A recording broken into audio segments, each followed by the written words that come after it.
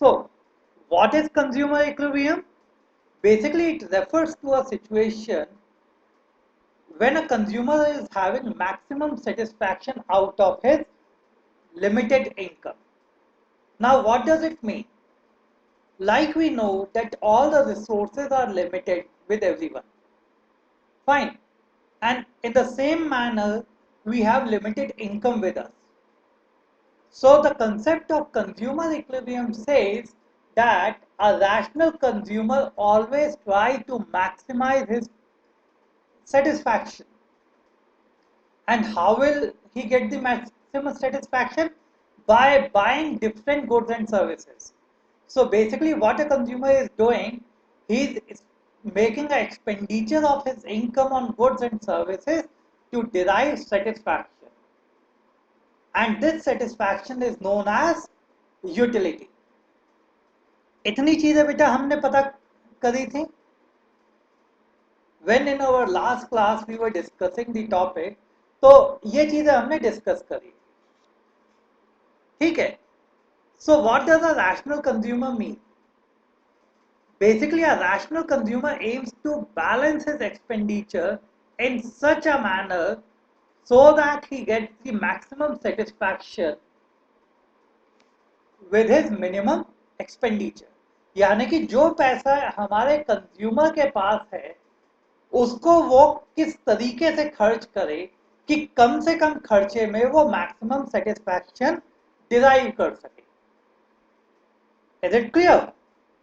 अब यहां पे एक चीज बेटा देखना जरूरी है, that satisfaction depends from item to item and person to person.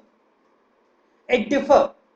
Likewise कि हो सकता है आपको चॉकलेट पसंद हो, आपको चॉकलेट मिले तो आपका सेटिस्फैक्शन बढ़ जाए, बट मेरे को पर्सनली चॉकलेट्स पसंद नहीं है. ठीक है. तो अगर कोई मेरे को चॉकलेट्स देगा तो मेरे को उससे सेटिस्फैक्शन उतना नहीं मिलेगा. It depends on person to person and commodity to commodity. बेटा इतनी बातें समझ आती है? तो यहां पर हम यही चीज करते हैं, यही डिस्कस करते हैं कि कैसे कंज्यूमर मैक्सिमम सेटिस्फैक्शन को डिराइव करेगा. Fine. Come on to the next slide, which is approaches to the consumer equilibrium. So basically there are two approaches. One is the cardinal approach and second is the ordinal approach. Cardinal approach says that utility can be measured in terms of numbers. यानी कि satisfaction को हम numbers के terms में define कर सकते हैं कि मेरे को एक यूटिल्स का सेटिस्फैक्शन मिला, 2 यूटिल्स का मिला, 100 utils, 500 utils and so on. ठीक है. जबकि ऑर्डिनल अप्रोच सेज कि satisfaction cannot be defined in terms of numbers. It can be ranked. Okay? तो ऑर्डिनल अप्रोच जो थी ये हिक्स ने हमको दी थी. हिक्सन बोलते थे कि आप सेटिस्फैक्शन को नंबर्स में डिनोट नहीं कर सकते. लाइकवाइज कि अगर आपने कोई एक दो अलग अलग ब्रांड्स की चॉकलेट्स खाई तो आप ये बोल सकते हैं one is better than the other, but you can not give the numbers. तो जब हम रैंक्स की बात करते हैं कि एक दूसरे से बेहतर है, then we are talking about the ordinal approach, और इसको हम इंडिफरेंस कर्व एनालिसिस के अंदर पढ़ते हैं. जबकि जो कार्डिनल अप्रोच है इसके अंदर मार्शल बोलते हैं कि हम नंबर्स में सेटिस्फैक्शन को डिफाइन कर सकते हैं कि मेरे को कितना सेटिस्फैक्शन मिला. जैसे कि हम किलोमीटर्स को नंबर में डिफाइन कर सकते हैं, 1 kilometre, 5 kilometre, 10 kilometre. In the same manner we can define the satisfaction also. Okay? So in the current chapter we are basically dealing with the cardinal approach, which is the utility analysis. And we have discussed what is utility. Basically utility is the want satisfying power of a commodity, कि एक commodity को use करने से हमें कितना satisfaction मिलता है, उसी को हम utility बोलते हैं. ठीक है.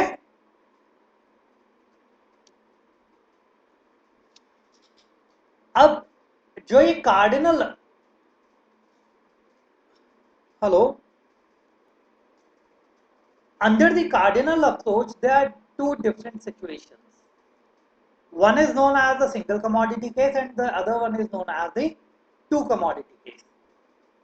होता ये मल्टी कमोडिटी केस ही है, बट हमारे सीबीएसई के अंदर 11th क्लास में हमें सिर्फ यही दो अप्रोचेस पढ़नी होती है. ठीक है.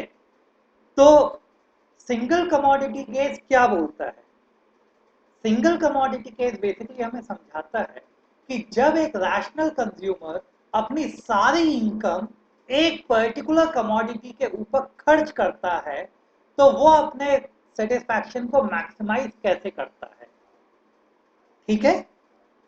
जबकि टू कमोडिटी केस के अंदर ये हमें समझाता है कि जब एक कंज्यूमर किन्हीं दो कमोडिटीज के ऊपर, दो से ज्यादा नहीं, ओनली टू कमोडिटीज, कि अपनी सारी इनकम टू कमोडिटीज के ऊपर खर्च कर देता है, तो वो अपने सेटिस्फैक्शन को मैक्सिमाइज कैसे कर पाएगा. Is it clear? तो आज जो हमारा टॉपिक है बेटा, वो है consumer equilibrium under single commodity case. यानी कि एक कमोडिटी के अंदर एक कंज्यूमर कैसे अपने सेटिस्फैक्शन को मैक्सिमाइज कर पाएगा. Okay. So have a look of this slide. Slide number 5. Consumer equilibrium in case of the single commodity. अब जब हम consumer equilibrium पढ़ते हैं, so we should take care of two things. One is the price of the commodity and second is the marginal utility derived from the commodity. In the earlier lectures we have discussed what is marginal utility. Basically marginal utility is the utility derived from the consumption of every successive unit. एक extra commodity को consume करने से हमको जो satisfaction मिला, उसी को हम मार्जिनल यूटिलिटी बोलते हैं. फाइन. और लॉ ऑफ डीएमयू हमें समझाता है कि जब से जैसे हम एक ही कमोडिटीज को बार बार कंज्यूम करेंगे, तो हर एक सक्सेसिव यूनिट जो है वो हमें जो उससे मिलने वाला सेटिस्फैक्शन है वो कम होता जाएगा. ठीक है. तो यहां पे ये बोलता है बेटा कि कंज्यूमर इक्विलिब्रियम का सिचुएशन कब आएगी.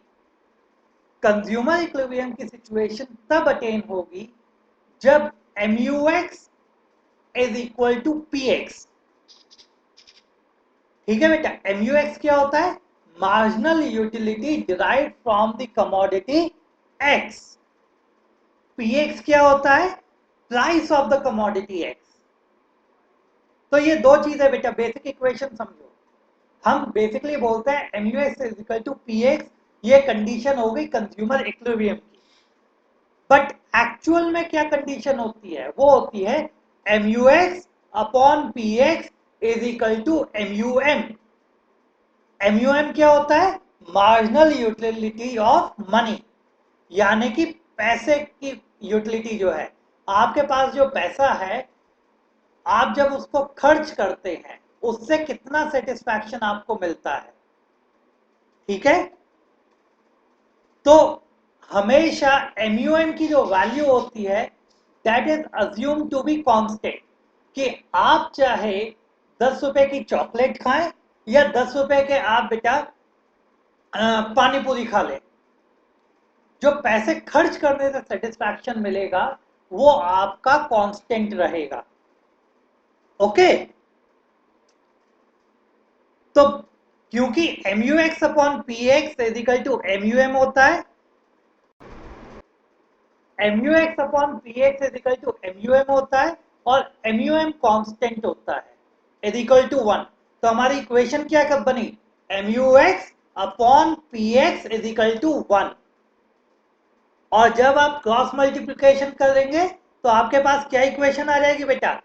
MUX is equal to PX। इतनी बातें समझ आती हैं?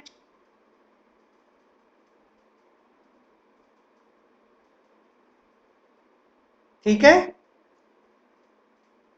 तो कंज्यूमर इक्विलिब्रियम की कंडीशन क्या है in case of single commodity case? MUX upon PX is equal to 1।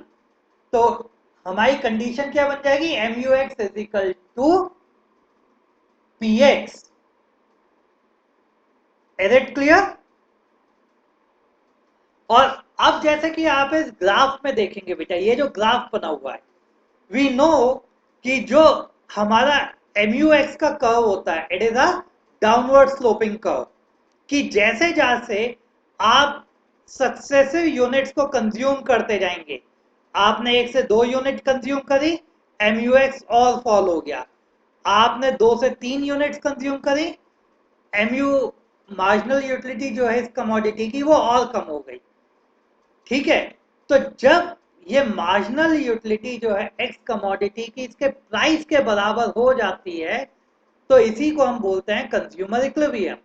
And in the current slide it is shown at point E. आप देख पा रहे हैं, ये जो ई पॉइंट है यही मेरा कंज्यूमर इक्विलिब्रियम डिफाइन करता है। अब बेसिकली कंज्यूमर इक्विलिब्रियम हम पढ़ क्यों रहे हैं? क्योंकि ये हमें सिखाता है कि एक पर्टिकुलर कमोडिटी के ऊपर या फिर आप अपने खर्चे को कैसे मेंटेन करेंगे। कि सपोज करो आपके पास 10,000 रुपीज है, तो ये 10,000 रुपीज आप सारे का सारा चॉकलेट्स के ऊपर खर्च करेंगे, या फिर आप सिर्फ तभी तक खर्च करेंगे जब तक आपको मैक्सिमम सेटिस्फैक्शन मिलेगा। After attaining this maximum satisfaction you stop your expenditure on the chocolates. Getting my point? So basically consumer equilibrium हमें यही सिखाता है in case of single commodity case कि आप एक पर्टिकुलर कमोडिटी के ऊपर तभी तक जो है एक्सपेंडिचर करेंगे जब तक उससे मिलने वाली मार्जिनल यूटिलिटी प्राइस के इक्वल हो जाती है। Okay, come to the slide number 6। Basically slide number 6 क्या दिखा रहा है बेटा? ये वही चीजें बता रहा है जो हमने अभी डिस्कस करी है कि consumer is consuming single commodity, से कमोडिटी एक्स। ठीक है। So the marginal utility derived from the consumption of commodity x will be denoted as MUX and the price of the commodity is denoted here as PX. So the condition of consumer equilibrium is MUX is equal to PX और जो मेरे graph में E point पे दिखता है। ठीक है। अब अगर आप इस टेबल को देखेंगे स्लाइड नंबर 7 के अंदर, तो यहां पे आपको प्राइस ऑफ द कमोडिटी दिखता है विच रिमेन कांस्टेंट, और आपको marginal utility derive from commodity x भी दिखता है। ठीक है। अब यहां पे एक चीज समझने की जरूरत है बेटा कि ये प्राइस कांस्टेंट क्यों है। ऐसे अज्यूम करें जैसे अभी हमने एक एग्जांपल लिया चॉकलेट्स का, if you buy 1 chocolate you need to pay 10 rupees. अगर आप दूसरी चॉकलेट भी लेने जाते हैं तो क्या शॉपकीपर आपसे कम पैसा लेगा? वो सेम पैसा लेगा 10 रुपीज। आप तीसरी चॉकलेट खरीदे तब भी वो 10 रुपीज चार्ज करेगा, फोर्थ पे भी 10, फिफ्थ पे भी 10। यानी कि आप जितने भी कमोडिटीज खरीदते हैं you need to pay the same amount to the shopkeeper. इसी वजह से हमने देखा यहाँ पे कि जो प्राइस है वो कांस्टेंट बना हुआ है एट द रेट ऑफ ₹10।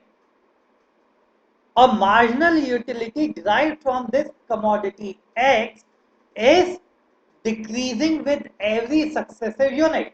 कि पहली चॉकलेट खाने से आपको मैक्सिमम सेटिस्फैक्शन मिला 20 यूटिल्स का, सेकेंड चॉकलेट खाने से 16 यूटिल्स का सेटिस्फैक्शन मिला, थर्ड चॉकलेट से 10 यूटिल्स, फोर्थ से 4, फिफ्थ से 0, और अगर आपने इसके बाद भी चीजें कंज्यूम करी, आपने 6 चॉकलेट भी कंज्यूम करी, तो आपको नेगेटिव सेटिस्फैक्शन मिलने लगा।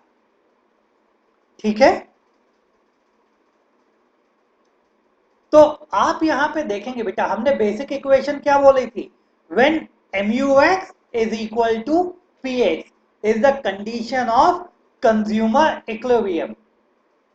So in the given situation आप देखेंगे जो थर्ड क्वांटिटीज हैं, यहां पे प्राइस जो है वो भी 10 रुपीज है और MUX जो है वो भी 10 यूटिल्स है, यानी कि MUX is equal to PX, हमारी कंडीशन सेटिस्फाई हो गई।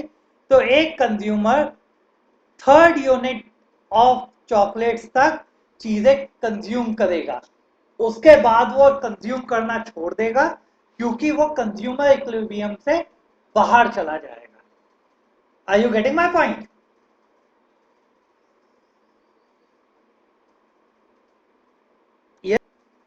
तो जब हम कंज्यूमर इक्विलिब्रियम की बात करते हैं तो हमारे पास 3 सिचुएशन बनती है। First is the condition of equilibrium, जहां पे हमने बोला MUX is equal to PX, and second is the condition of disequilibrium, जहां पे दो कंडीशंस बनती हैं कि either MUX is greater than PX और MUX is less than PX। ठीक है, तो जैसे मैंने आपको बताया ग्राफ के अंदर E पॉइंट जो है, this is the condition of consumer equilibrium, जहां पे MUX is equal to PX हो रहा है। फाइन, अगर आप इससे पहले थर्ड यूनिट से पहले देखेंगे तो MUX is greater than PX, और अगर थर्ड यूनिट के बाद फोर्थ या फिफ्थ यूनिट ऑफ चॉकलेट्स पे देखेंगे तो MUX is less than PX। So now the question arises कि अगर इक्विलिब्रियम कंडीशन सस्टेन कर रही है किसी कंज्यूमर के साथ, it is a ideal situation, but अगर डिसइक्विलिब्रियम की कंडीशन प्रिवेल कर रही है, यानी कि MUX is greater than PX और MUX is less than PX, उस कंडीशन में कंज्यूमर इक्विलिब्रियम को अटेन कैसे करेगा? ठीक है, so come on to the slide number 9। Slide number 9 says if MUX is greater than PX, यानी कि if consumer is consuming one or two commodity of chocolate, then the marginal utility is greater than the price of the chocolates। तो एक rational consumer कैसे एक consumer equilibrium को attain करे? सो यहां पे बेटा याद रखो, जब भी MUX is greater than PX है तो एक कंज्यूमर इस कमोडिटी को और ज्यादा कंज्यूम करेगा। और क्यों कंज्यूम करेगा? क्योंकि as he consumes the additional units, the utility derived or the marginal utility derived from the consumption of the successive unit keeps on decreasing। तो जैसे ही फर्स्ट से सेकंड कमोडिटी इसने कंज्यूम करी, मार्जिनल यूटिलिटी कम हो गई, second से third करी तो मार्जिनल यूटिलिटी और कम हो गई, और मेरी आइडियल सिचुएशन बन गई where MUX is equal to PX। Are you getting my point? So if MUX is greater than PX, then consumer is not in equilibrium and he goes on buying the commodity X, because with the every successive unit of commodity X, the marginal utility will decrease and a time will come when MUX will become equal to the PX, and this is the ideal situation we are talking about। So I hope यहां तक clear है बेटा।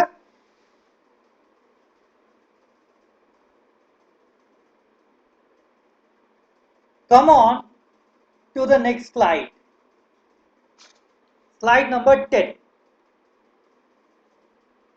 Slide number 10 says, it is the reverse of the previous slide.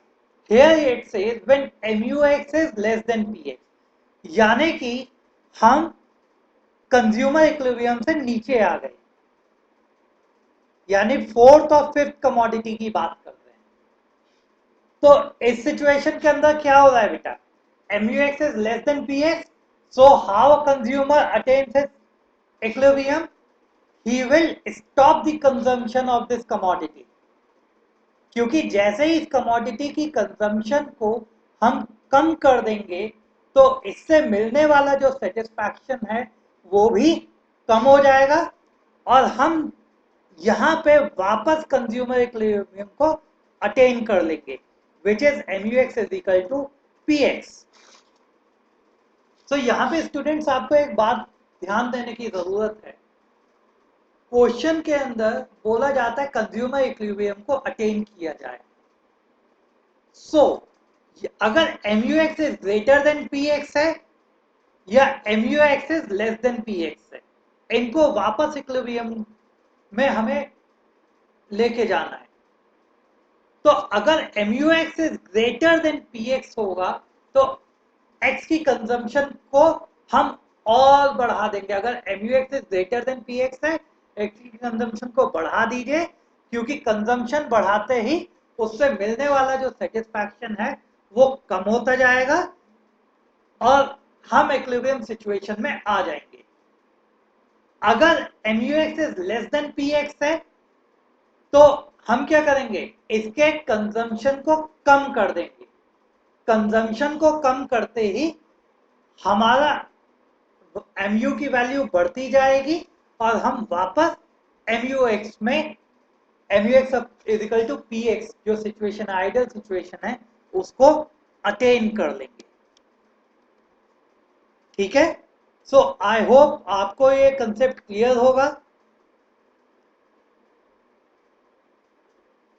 अब एक चीज बताएं, जब मेरे को ये पता है कि as per the law of DMU आने वाली चीज मेरे को कम सेटिस्फैक्शन देगी और मेरा कंज्यूमर इक्विलिब्रियम अटेन कर चुका हूं मैं, जो एक आइडियल सिचुएशन है, बट अगर मैं इससे ज्यादा भी कंज्यूम करता हूं तो ये बोलता है कि 10 रुपए की चॉकलेट खरीदने से जो मेरे को सेटिस्फैक्शन मिलेगा वो और कम मिलेगा, वो 6 यूटिल्स का मिलेगा। तो as a rational consumer does it make a sense to purchase this commodity, कि आप जिस कमोडिटी को खरीद रहे हैं उससे सेटिस्फैक्शन कम होता जा रहा है पर आप उससे सेम प्राइस पे कर रहे हैं। एक रैशनल कंज्यूमर ऐसा नहीं करेगा, वो स्टॉप कर देगा अपने कंजम्पशन पैटर्न को जहां पे MUX is equal to PX हो जाएगा। समझ रहे हो?